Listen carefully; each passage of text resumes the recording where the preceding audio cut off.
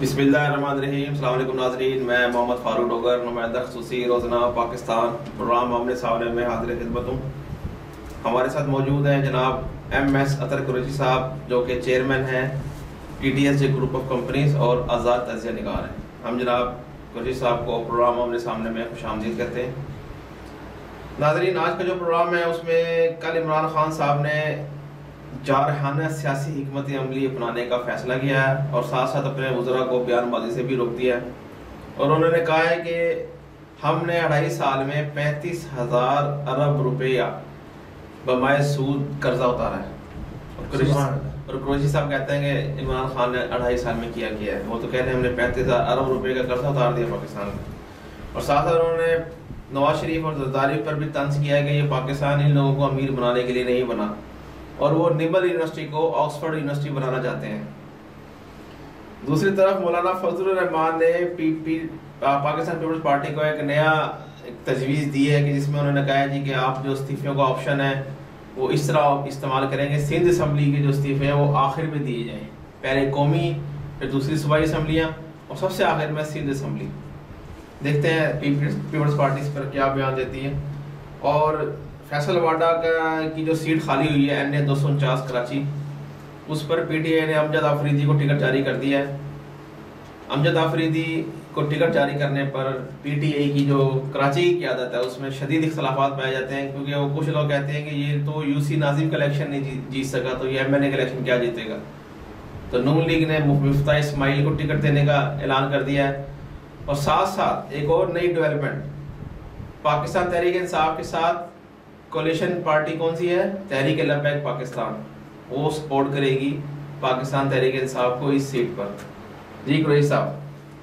बिस्मिल्लाहिर्रहमानिर्रहीम व रफ़अना लका ज़िक्रक सदक़ल्लाहुल अज़ीम। अस्सलाम वालेकुम व रहमतुल्लाहि व बरकातहू। जी नाज़रीन, उम्मीद है कि अल्लाह तबारक व तआला के फज़ल करम से हम सब जिस तरह यहाँ खैर वाफ़ियत से आप लोग भी तमाम जो हमारे व्यूअर्स हैं, हमारे सुनने वाले, हमें देखने वाले हैं, हमारे कमेंट्स देने वाले हैं और अहलियाए पाकिस्तान और आलम इस्लाम के तमाम मुसलमान खैर वाफ़ियत से होंगे और अल्लाह तबारक व तआला से उनकी खैर वाफ़ियत के लिए दुआ हो। जहाँ तक बात है नाज़रीन हमारे प्रोग्राम में हम कोशिश करते हैं कि आपको अपनी राय से भी नवाजें और अवाम की राय के मुताबिक जो है हम बात करें। तो पहला सवाल आपने 4, 5, 6, 7 सवाल कर दिए। पहला सवाल तो मेरे जहन से निकल ही गया कि आप इमरान खान साहब का जारहाना सियासी, इमरान साहब का जारहाना 30,000 अरब रुपए कर्जा वापस कर दिया। आप कहते हैं 2.5 साल में किया 2020 खेलेंगे वो खेल रहे हैं 2020। अच्छा 35,000 माशाल्लाह, बड़ी मुबारकबाद, अल्लाह अकबर, मुबारक हो आपको मेरे भाई, बहुत बहुत मुबारक हो। 35,000 अरब उतार दिया नियाज़ी साहब ने। तो अब बताइए क्या मतलब कौम जो हमारी जो है, मुबारक हो पूरी कौम को, खासतौर से हमारे यूथियों को कि अब वो कर्ज उसके ऊपर से सारा उतर गया है। अब पाकिस्तान जो है कर्ज फ्री कंट्री बन गया इंशाअल्लाह, है ना। नहीं अभी तो नहीं बना, अभी तो और भी 35,000 अरब उतर गया तो कितना था, कोई 50-60,000 अरब था, पता नहीं कितने हजार अरब है जी। क्या हो गया अभी तो क्या हो गया सर, आपको आप स्टैटिस्टिक्स से निकाल के देखिए, देखिए हुई। अच्छा 35,000 अरब रुपया जो उन्होंने उतारा है जी, ये मुझे बताइए 35,000 अरब रुपया आया कहाँ से, पाकिस्तान ने कहाँ से आया, कैसे कहाँ से पाकिस्तान की समंदर पार पाकिस्तानी भेजते हैं, रेमिटेंस कहाँ से आई इतनी, हमें बता देना जरा सा। हम ये सवाल कर रहे हैं नियाज़ी साहब से, जो नियाज़ी साहब ने 35,000 अरब उतार दिया, हाँ जी, तो कहाँ से कमाया, किसी क्रिकेट मैच से कमाया, सही है, अगर उन्होंने उतार दिया सब सवाल करना चाहिए, किसी क्रिकेट मैच से कमाया, कोई हमारी एक्सपोर्ट इतनी बढ़ गई दुनिया भर के अंदर, कोई चीज हमारी चली गई, और ये सारी चीजें, या अवाम के कपड़े उतार कर, या अवाम के कपड़े उतार के अवाम के मुंह से निवाला छीन कर, अवाम के बच्चों को बिलखता हुआ मरता हुआ देखकर इन्होंने जो दवाइयों की कीमत महंगी करी थी, जो इन्होंने टैक्सेस लगाए थे अवाम के ऊपर और जो हर चीज के ऊपर महंगाई की थी, या वो चीनी और आटा चोरों से उन्होंने लेकर ये कर्ज उतारा, ये बता दें हमें। हमारा सवाल ये है आज के इस प्रोग्राम में कि 35,000 अरब जो इन्होंने उतारा है वो इनके पास आया कहां से। अगर उन्होंने कमा के उतारा है तो हम इनके पैर धो के पिएंगे, और इन्होंने अगर अवाम की जेबों से जो है ना वो टैक्स लगा के निकाला है तो फिर ये मुंह दिखाने के काबिल नहीं रहेंगे।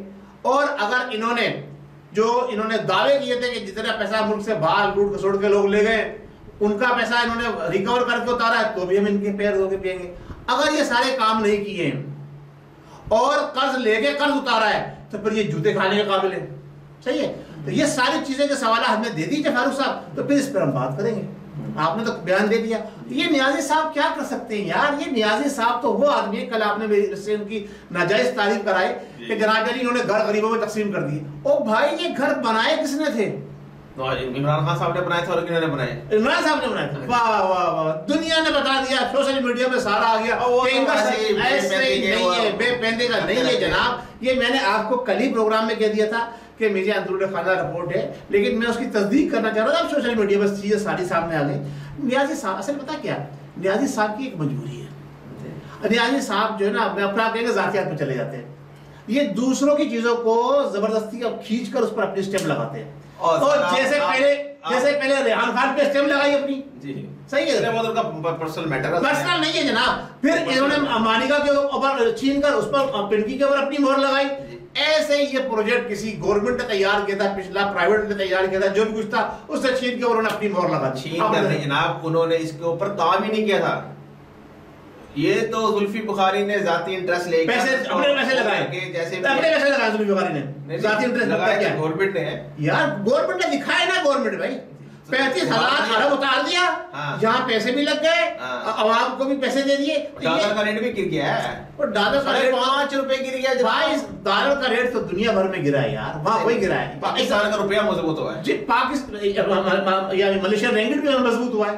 हुआ कैसे नहीं हुआ? हुआ है अभी भाई 3 रुपए कम हो गया। मलेशियन रिंगिट ही 4 रुपए कम हो गया जी, तो मजबूत हुआ ना मलेशियन रिंगिट। नहीं, पाकिस्तानी रुपीस डॉलर डाउन हुआ है। अच्छा जी, ज्यादा डाउन हुआ है। तो बात ये है कि दुनिया भर में यूरोपीय करेंसी स्ट्रॉन्ग हुई है और अमेरिकन करेंसी डाउन हुई है, और इसमें कोई पाकिस्तानी गवर्नमेंट का या हुकूमत का कोई किरदार नहीं है। ठीक है, स्टैटिस्टिक्स को देख के फिर बात क्या करें। ये सबसे पहले जवाब देंगे 35,000 अरब रुपया आया कहां से? रेमिटेंस कहां से आए? पाकिस्तान फिर ये क्यों कहते हैं कि हमें टैक्स नहीं मिल रहा है? नहीं होता, रिकवरी नहीं, ये हो रहे हैं यार, इनका एफडीआर हो रहा है, उसका रिकवरी नहीं हो रही, सारे नहीं हो रही ना।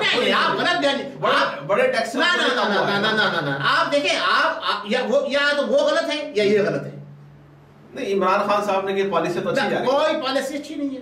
आपने दूसरों की तामीर करता तामीरात के ऊपर अपनी तस्वीरें, आप तस्वीरों के खिलाफ थे। आप इतने बड़े बड़े पोस्टर वहां लगाए, जितनी आपकी कदमी नहीं कभी जिंदगी में हो सकता उतने बड़े। बात दरअसल ये देखें, ये सारा ये हुकूमत जो सारा झूठ का बुलंदा है।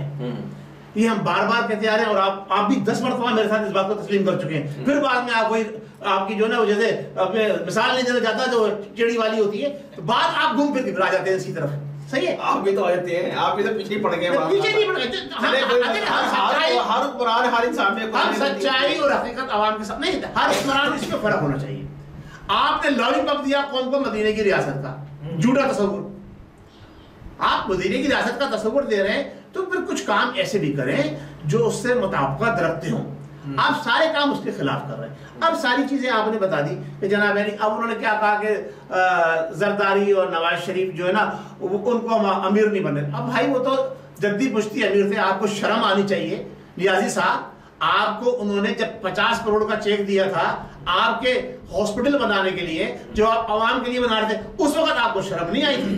आपको भीख मांगते वक्त उस वक्त शर्म नहीं आई जब आप अब्दुल सत्तार ईदी, जो एक फलाई इदारा ट्रस्ट है, उससे आपने 2 करोड़ रुपए का चेक लिया?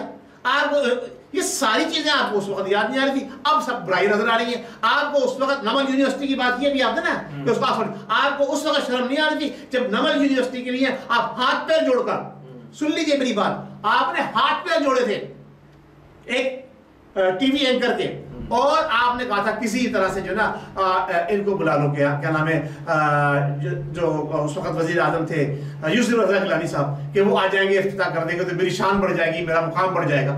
आज उसको आप चोर डाकू कह रहे हो, उस वक्त आप उनको बुला रहे थे। यूसुफ रजा गिलानी के साथ एक और भी कोई कहता, मुझे उस वक्त नाम याद नहीं आ रहा, 2 अफराद थे। तो ये सारी चीजें आपको सोचनी चाहिए, जिनके कल तक आप तल में चाट रहे थे।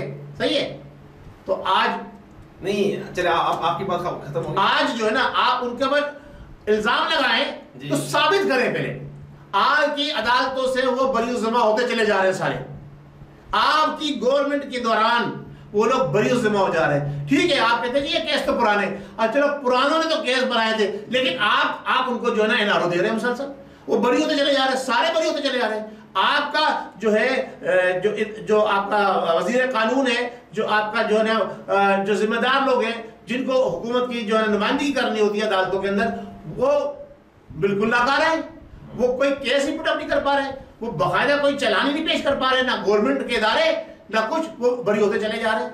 यार ये क्या कर रहे हैं आप चोर को अगर वैसे नहीं दे रहे दुनिया को दिखाकर, तो ऐसे दे रहे हैं आप उनको एनआरओ, फिर कहते हैं मैं एनआरओ नहीं दूंगा। अच्छा, आपने अब जी जी बात कर ली। जी, ये बताइए कि नवाज शरीफ और जरदारी कहाँ से जद्दी पुश्ती अमीर है, कहाँ से जद्दी पुश्ती अमीर है? सर मेरी बात सुने, इन्होंने एक लोहे की फैक्ट्री लगाई थी, उस लोहे की फैक्ट्री के इन्होंने ऐसे दिनों में तरक्की कर ली, बाकी भी तो लोहार बैठे हुए हैं, वो उन्होंने क्यों नहीं तरक्की की? इन्होंने कैसे कर ली? सब करप्शन का पैसा है। वो कहते हैं 100 सोनार की एक लोहार। नहीं, ये बात गलत सुनी आपने कि ये जद्दी पुश्ती सुने 100 सोनार की एक लोहार। ये मेरी बात सुने, आप जवाब ने बात की ना, उसका जवाब देना ना, जवाब में सवाल किया। देखिए अगर आप ये बात कहते हैं तो आप ये बताइए क्या नाम है, जहांगीर तरीन कहाँ से जद्दी पुश्ती होगी, उसके पास हेलीकॉप्टर जहाज कैसे आ गए? ये आपका जो क्या बिजनेस है, ये मुबश्शिर लोकमान कहाँ से जद्दी पुश्ती होगी? ऐसे कहते हैं। गिनाने दे आपका मलिक रियाज जी क्या किया? बहुत से लोग होंगे, मैं मानता हूं भाई। एक मिनट बात तो पूरी करने देना। देखिए बिजनेस उन्होंने भी किया है, बिजनेस इन्होंने भी किया है, ठीक है। इमरान साहब ने क्या किया है? एक मिनट बात पूरी बात करना। इमरान साहब ने कौन सा बिजनेस किया? कोई बिजनेस नहीं किया। फिर ये इतना बड़ी गाला तो आप एक बड़ी गाला के पीछे पड़ गया, जिसके बड़ी ट्रेल दे चुके हैं। किसी बेगम झूठी है और वो सलाई मशीनों वाली बात अदालत ने साबित कर लिया। अदालत ने तो अदालत क्यों ऐसी अदालत को मैं कुछ कहना नहीं चाहता। तो क्या मैं अदालत की क्या बात कर रहे हैं? किस अदालत की बात कर रहे हैं?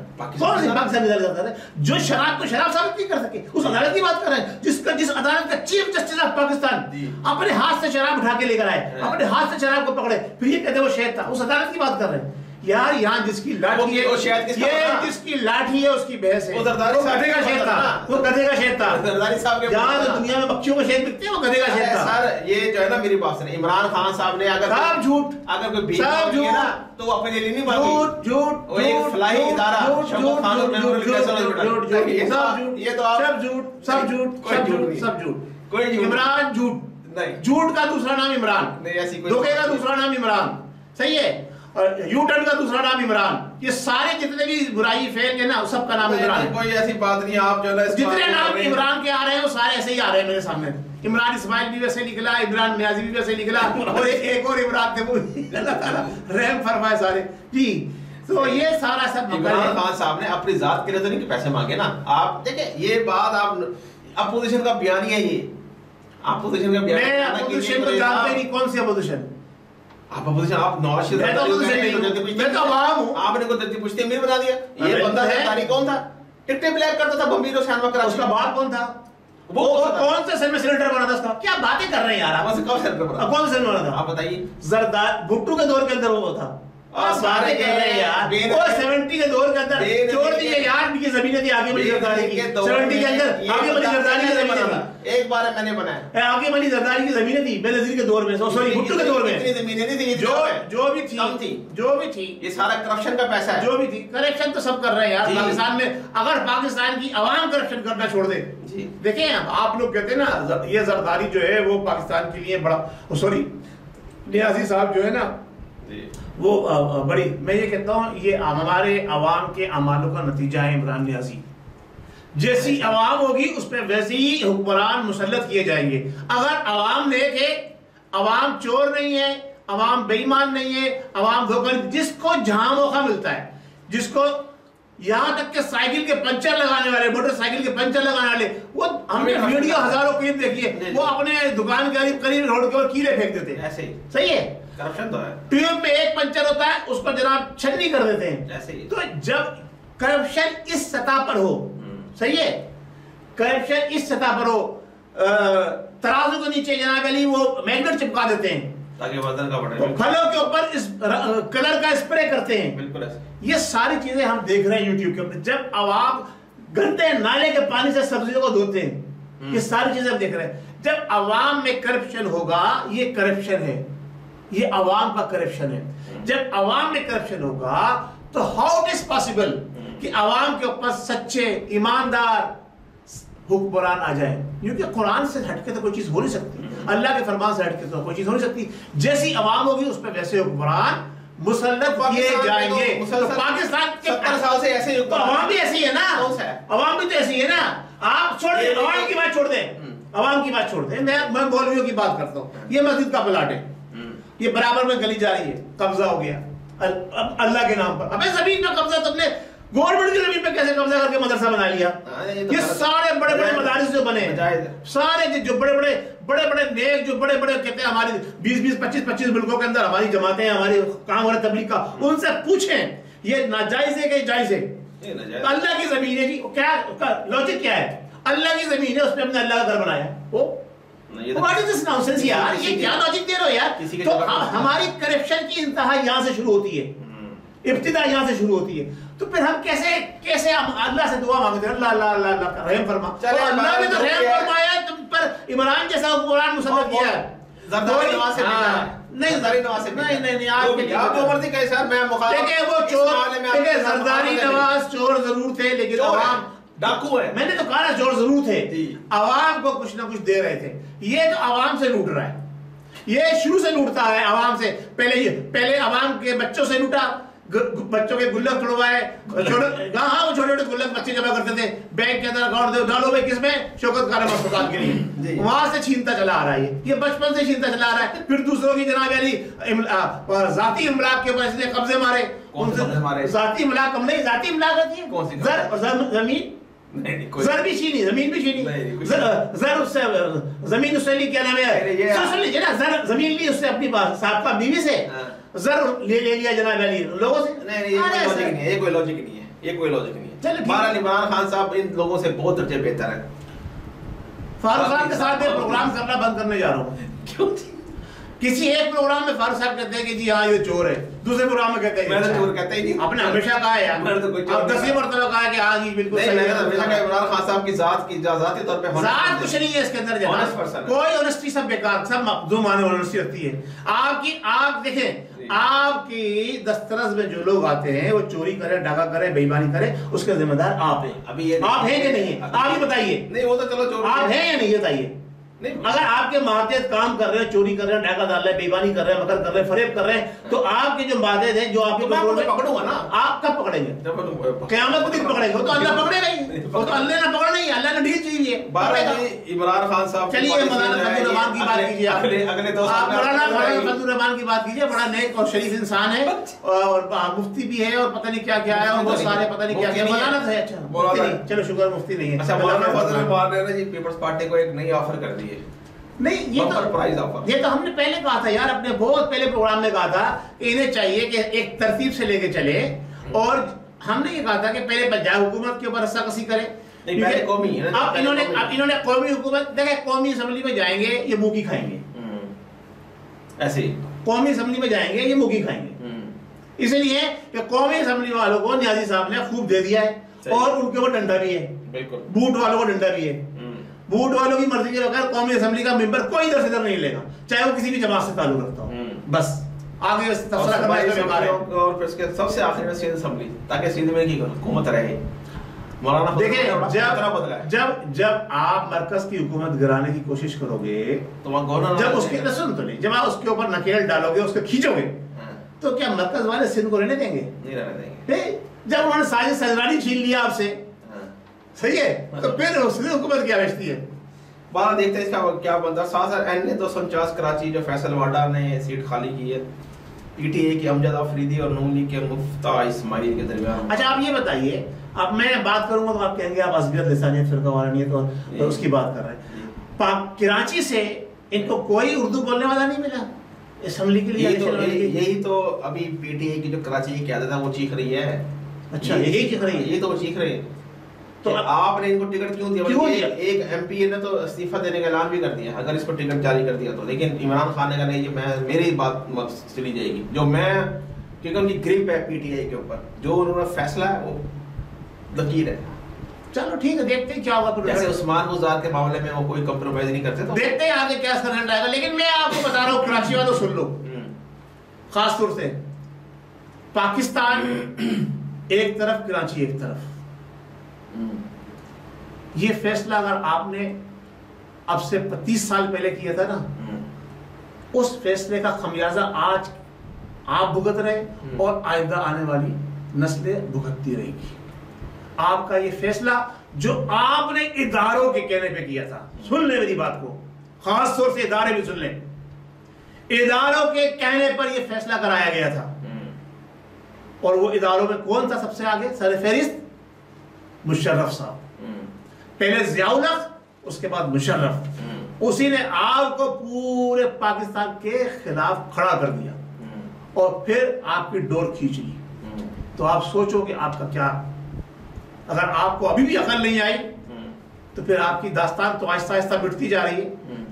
आप अब से 30-40 साल पहले का सर्वे उठाए तो आपको पता चलेगा कि नाजाबाद का इलाका जो था 100% वहाँ तालीम याफ्ता लोग होते थे।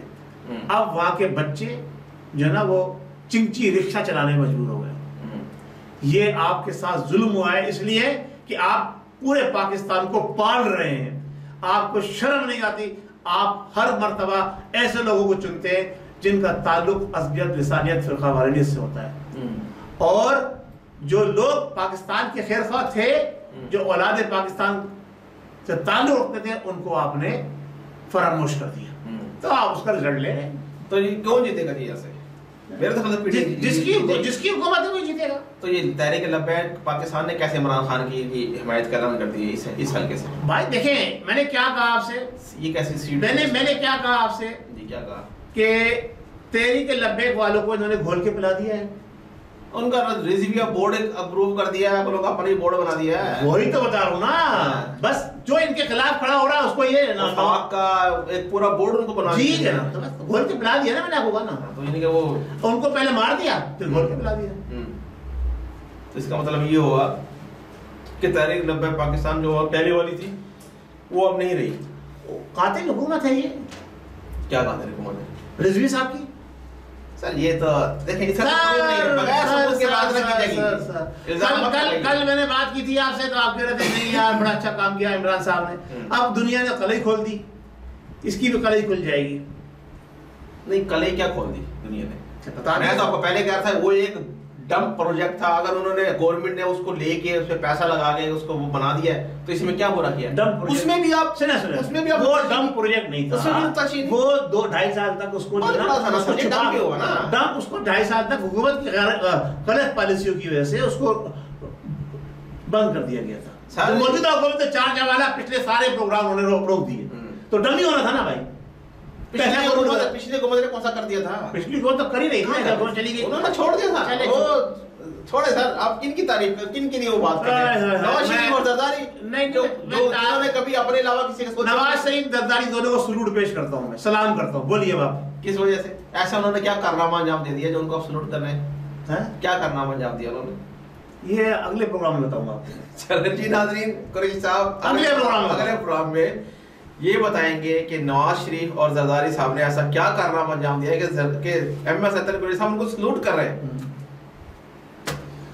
जी नाज़रीन, उम्मीद है आज का प्रोग्राम आप लोगों को जरूर पसंद आया होगा और कुरैशी साहब के जो तज़किये हैं उससे आप महसूस हुए होंगे।